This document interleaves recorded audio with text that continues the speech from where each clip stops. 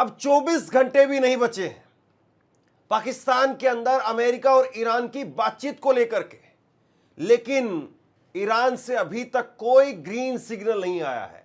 और green signal की बात तो छोड़ दीजिए आप, खबर यह सामने आ रही है कि मुस्तफा खामेनेई वो भी नाराज है। डोनाल्ड ट्रंप ने जिस तरीके से ईरान की जहाज पर हमला किया, उसके बाद में ईरान के तेवर बहुत कड़े हो गए। खबर यह भी सामने आ रही है कि आसिम मुनीर ने वो बात की है कि किसी तरीके से ये जो आप बार बार फायरिंग कर रहे हैं, ईरान के जहाज पर हमला कर रहे हैं, इसको रोकिए वरना ईरान नहीं आएगा। व्हाइट हाउस में आसिम मुनीर ने बात की है। बहुत तरह की इस वक्त में खबरें चल रही है। डोनाल्ड ट्रंप का जो सनकी भरा व्यवहार है वो अब कहीं ना कहीं अमेरिका को लेकर के डूबता हुआ दिखाई दे रहा है।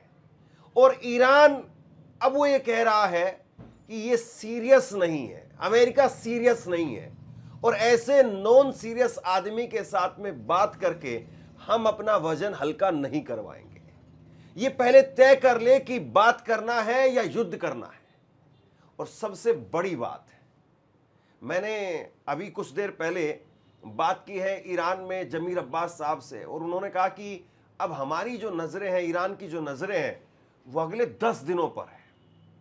और डोनाल्ड ट्रंप वो बहुत बुरी तरह से फंसे हुए हैं, और अगले 10 दिनों में अगर डोनाल्ड ट्रंप इस युद्ध को किसी तरीके से खत्म नहीं करवा पाए तो उनको जाना पड़ेगा कांग्रेस के पास में। कांग्रेस के पास में यानी संसद में उनको जाना पड़ेगा, अमेरिकी संसद में, और वहां पर पहले ही 70% लोग वो खिलाफ नजर आ रहे हैं। तो डोनाल्ड ट्रंप ने एक तरीके से जो कुछ पिछले 24 घंटे में किया है, ईरान के जहाजों पर हमला किया है, उसके बाद में हालात बहुत तनावपूर्ण है।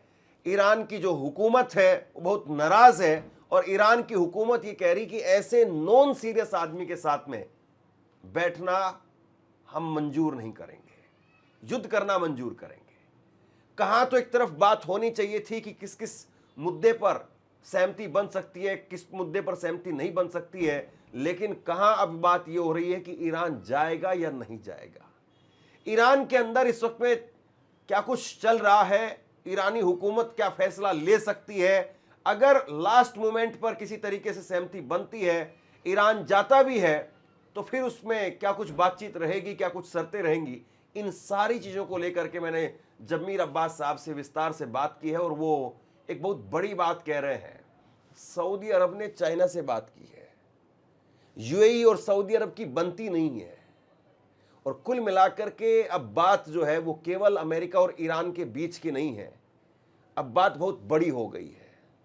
बाकी आप जरा एक इंटरव्यू को सुनिए, और आप इस इंटरव्यू के जरिए समझ पाएंगे कि डोनाल्ड ट्रंप कैसे ईरान की जकड़ में जाते हुए दिखाई दे रहे हैं, और अब डोनाल्ड ट्रंप की गर्दन एक तरीके से फंसती हुई नजर आ रही है।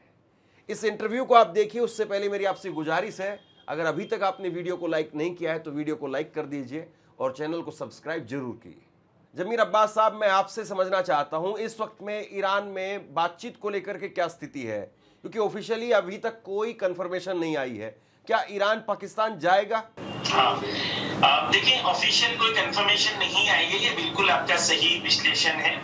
बहुत कुछ इंपॉर्टेंट चीजें मैं आपके सामने शेयर कर दूं। एक तो सबसे पहले ये है कि ईरान ने कल जो है नेशनल सिक्योरिटी काउंसिल का ईरान का एक स्टेटमेंट रिलीज हुआ था, उसमें एक पॉइंट था, उसमें ये पॉइंट था कि आसिम मुनीर जब आए थे ईरान, तो उन्होंने एक प्रपोजल ट्रंप से लाके ईरान को दिया था।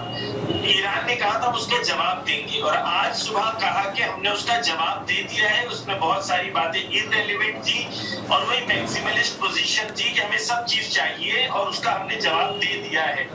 तो ईरान के लिए क्लियर है कि जब आप किसी से बात करने जा रहे हैं तो वो बातचीत में सीरियस होना चाहिए। ऐसा नहीं हो सकता कि वो सुबह कुछ कहे, दोपहर को कुछ कहे, रात को कुछ कहे, एक बार कहे झगड़ा करूंगा, एक बार कहे मैं बात करूंगा, एक बार कहे कि मैं तुम्हारी कश्ती पकड़ लूंगा, एक बार कहे मैं नेवल ब्लॉकेट लगा दूंगा, एक बार कहे कि भाई मैं तुम पे बॉम्ब गिरा दूंगा। और तो ये बातचीत का तरीका नहीं है। तो ईरान ने ये कहा है कि जब तक अमेरिका खुद सीरियस नहीं है बात करने के बारे में, तब तक ईरान बात करने में अपनी कोई टीम नहीं भेजेगा। अमेरिका को जरूरत है इस बात की कि अमेरिका अपने आप को साबित करे कि वो बातचीत करने के लिए सीरियस है और नतीजे तक पहुंचने के लिए सीरियस है। अगर वो ऐसी अपनी बातें बदले, कुछ कहे कुछ और करे, तो ऐसी बातों के बाद कोई बातचीत हो नहीं सकती। और ये जमाना चला गया कि अमेरिका गुंडागर्दी करके, दादागिरी करके, गन सर पे रख के बिठा के किसी से बात करा ले। ईरान वो जमाने को ईरान ने भुला दिया है और पूरी दुनिया को सिखा दिया है कि ये ताकत और गुंडागर्दी वाली बात नहीं चलेगी। तो ईरान का ऑफिशियल स्टैंड ये है कि जब तक अमेरिका की तरफ से दो चीज, नेवल ब्लॉकेड नहीं खोले जाए और अपनी तरफ से बातचीत के बारे में सीरियसनेस साबित ना की जाए, तब तक हमारी तरफ से कोई जाएगा नहीं। और जब इरानियन फॉरेन मिनिस्ट्री के पर्सन से पूछा गया कि आप बताइए कि अमेरिका वाले तो जा रहे हैं, आप जाएंगे कि नहीं जाएंगे, तो उन्होंने जवाब दिया कि हमारे से कोई इससे रब्त नहीं है, कोई रिलेशन नहीं है, वो जाए या ना जाए उनका चॉइस है।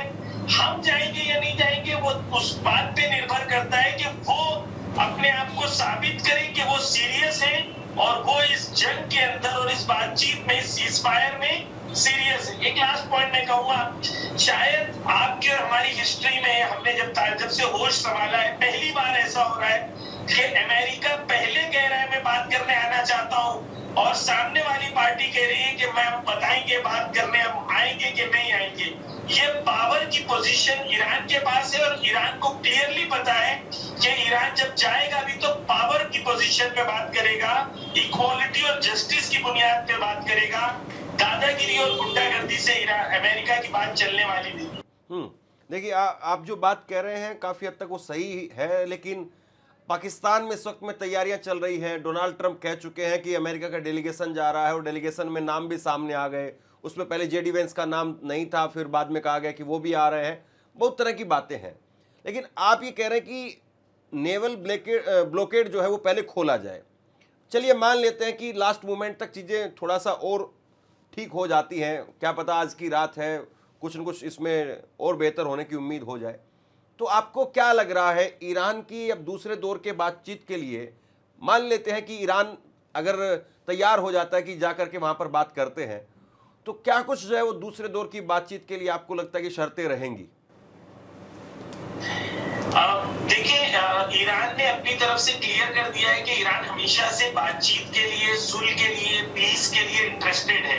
तो 2015 में भी ईरान ने JCPOA साइन किया था, पूरी दुनिया एक तरफ थी, ईरान एक तरफ था। ईरान ने तमाम शर्तों को मान लिया था और खुद अमेरिकन एक्सपर्ट्स कह रहे हैं, खुद IAEA के जो हेड है ग्रोसी, वो खुद कह रहे हैं कि उस जमाने में जो डील हुई थी वो डील हमारे लिए बहुत अच्छी थी और ईरान ने सब बातें मान लिया था।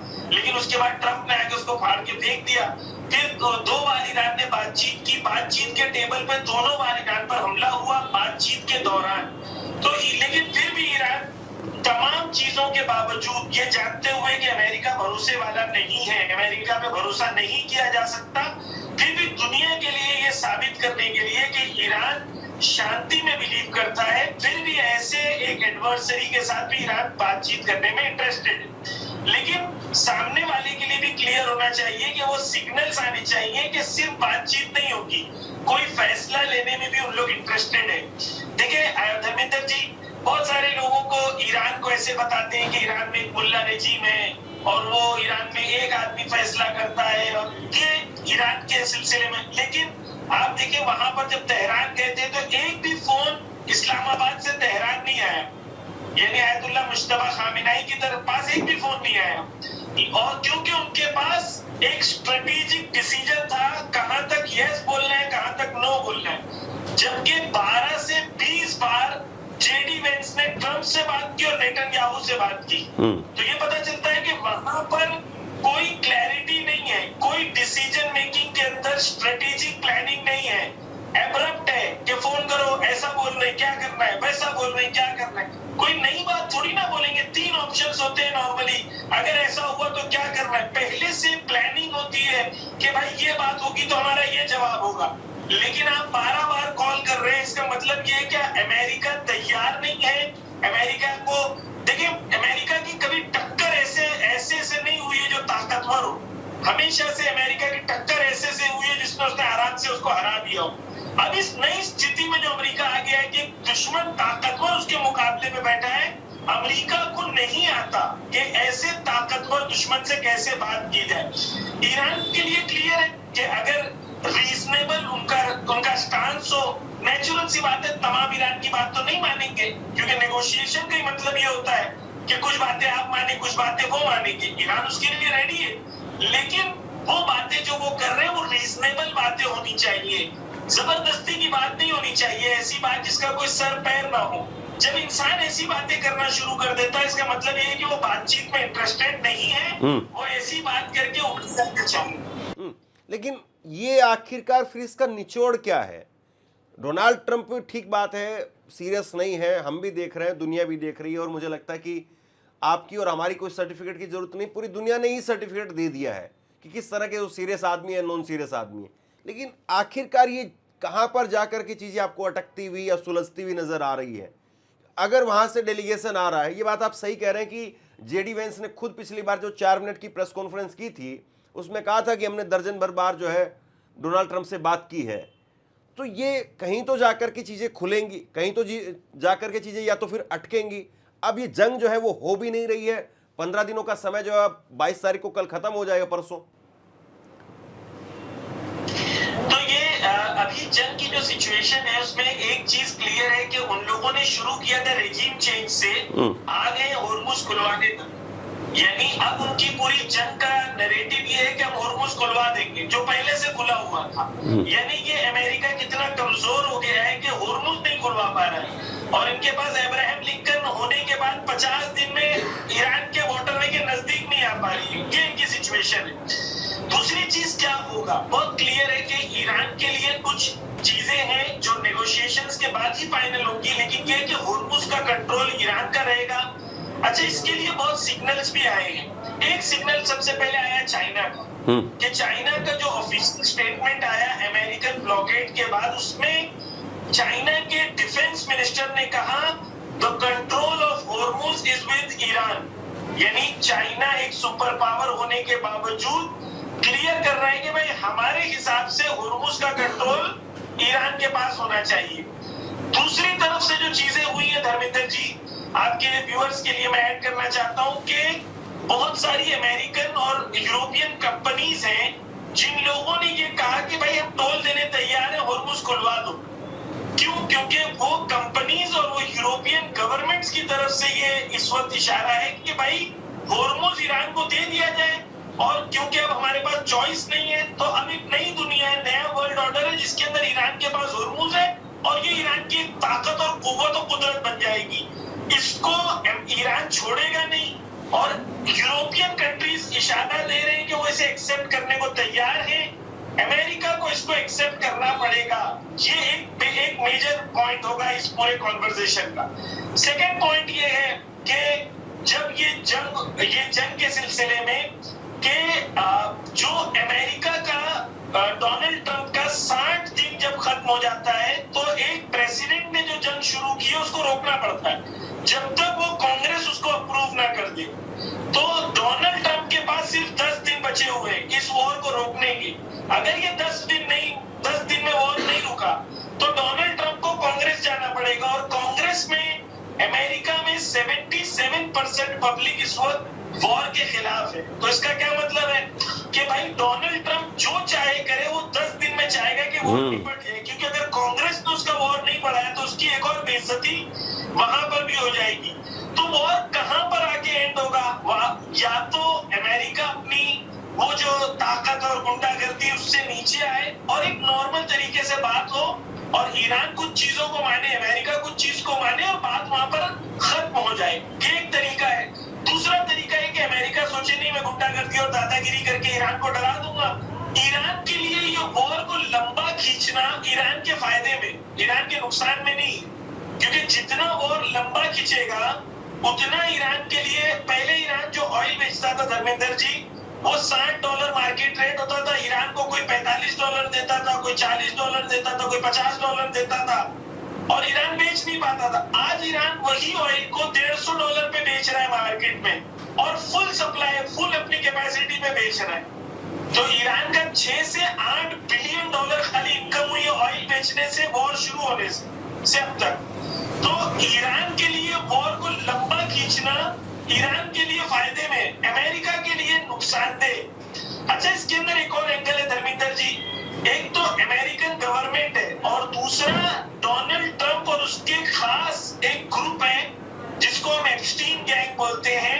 वो लोग जो पैसे वाले लोग हैं, हर बार जब ऑयल का रेट नीचे गिरता है या ऊपर जाता है, उससे पहले डोनाल्ड ट्रंप के खास लोग $700 मिलियन, $500 मिलियन का इन्वेस्टमेंट करते हैं। यानी जब पता है कि ये कहेंगे डॉलर नीचे, ऑयल नीचे चले जाएगा, तो इतना खरीद लेते हैं। फिर डोनाल्ड ट्रंप को कहते हैं कि भाई इतना क्या अनाउंस करने वाले हो, तो इतना बेच देते हैं। हर ट्वीट में उनको 1 मिलियन, 500 मिलियन, $800 मिलियन का फायदा हो रहा है। तो अमेरिका में खास ग्रुप है, वो ग्रुप जो है खुद जो उनके फॉरेन मिनिस्टर, जो वॉर मिनिस्टर है पीट हेग्सेट, उनका एक ट्वीट है जहां पर वो जिस कंपनी में इन्वेस्ट करते हैं वो कंपनी वॉर वाली कंपनी है। और जैसे ही जंग शुरू होती है उससे 12 घंटा पहले, अमेरिका के हमले से 12 घंटा पहले वो बहुत सारा शेयर्स खरीदते हैं अमेरिका के वॉर कंपनीज का।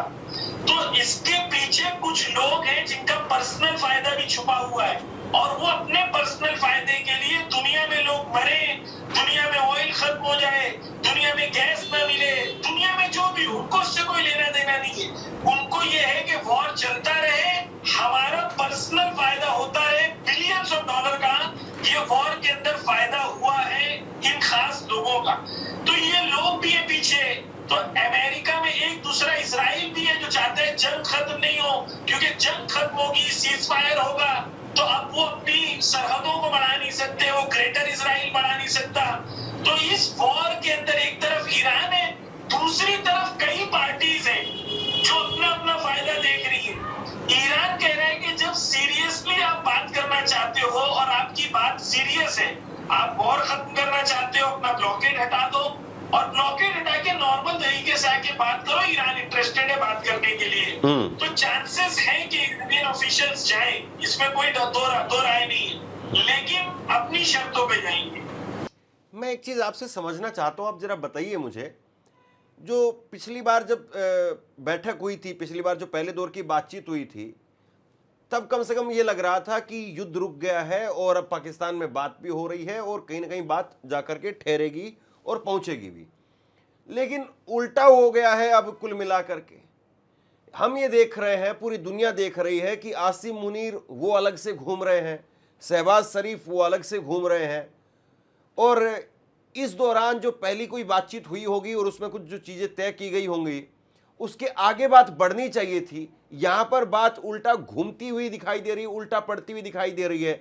इस बीच में जो है वो डोनाल्ड ट्रंप कह रहे हैं कि हमने नाकेबंदी कर दी है ईरान के चारों तरफ।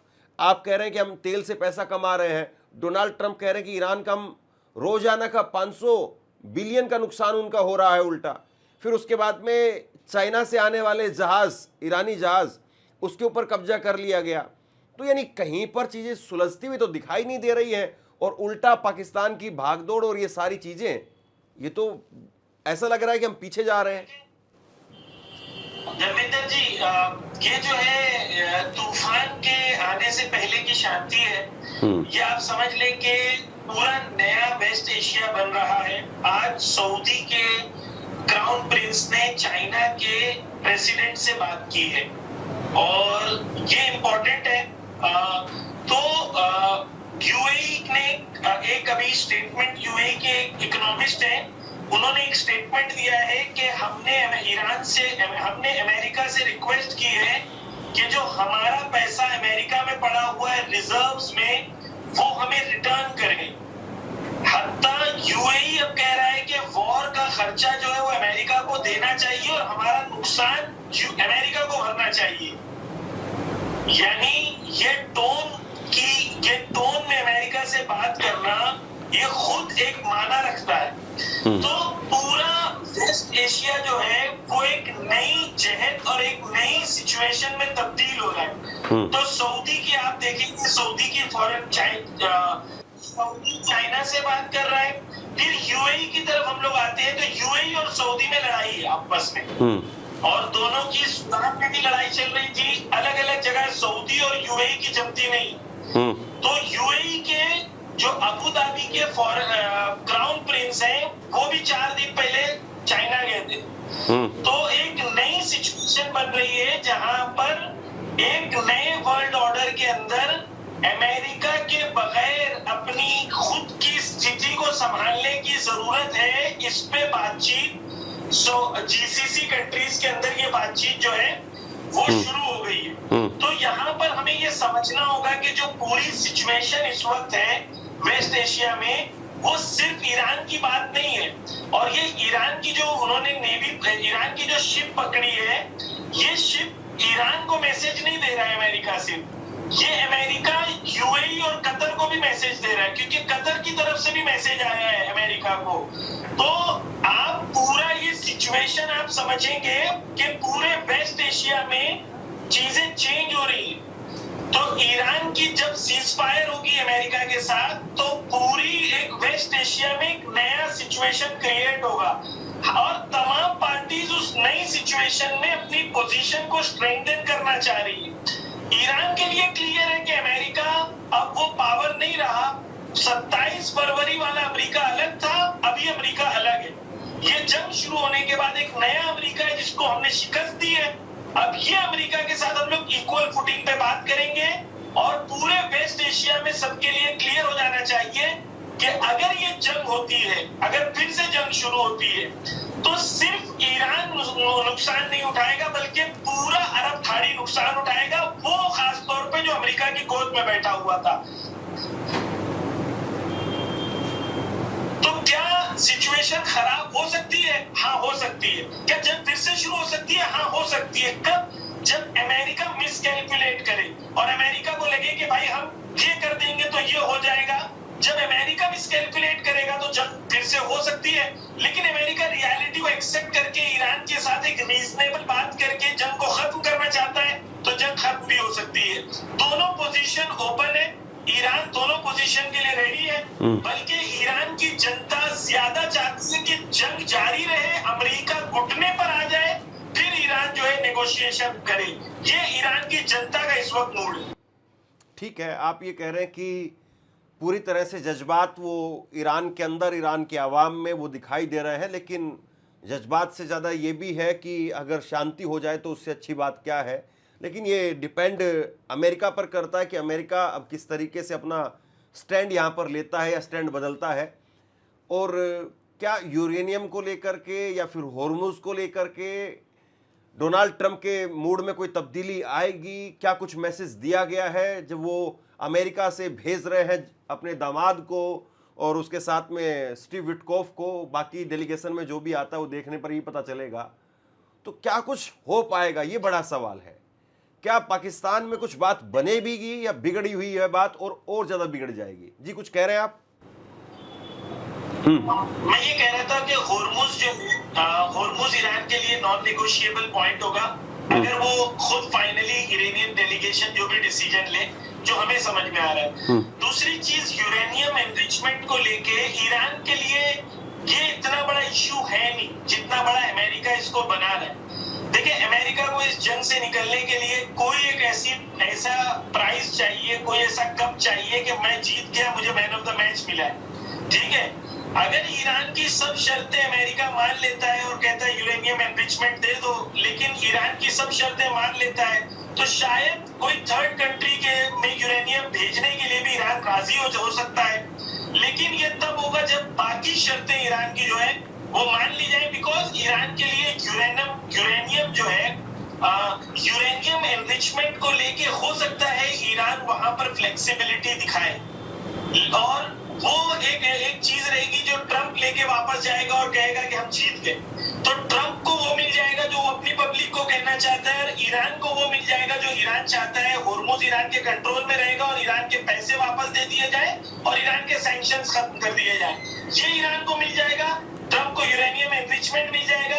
ये वो है विक्ट्री जो ट्रंप अपने आप को दिखाना चाहता है, और ईरान को भी वो मिलेगा जो ईरान चाहता है। यहाँ पर वॉर इस तरीके से खत्म हो सकता है। यानी आप ये कह रहे हैं कि एनरिच यूरेनियम जो है वो या थर्ड कंट्री में रख दिया जाए, उस पर ईरान सहमत हो सकता है?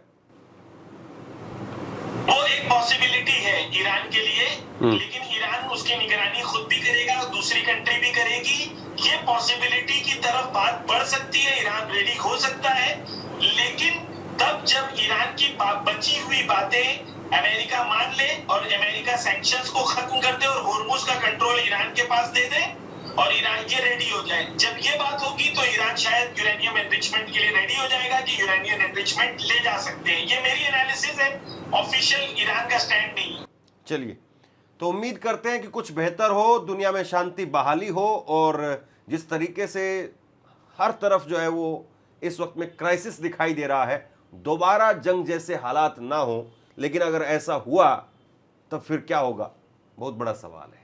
आप आए और बहुत बेबाकी से और बहुत बारीकी के साथ में आपने अपनी बातें रखी, बहुत बहुत शुक्रिया, थैंक यू।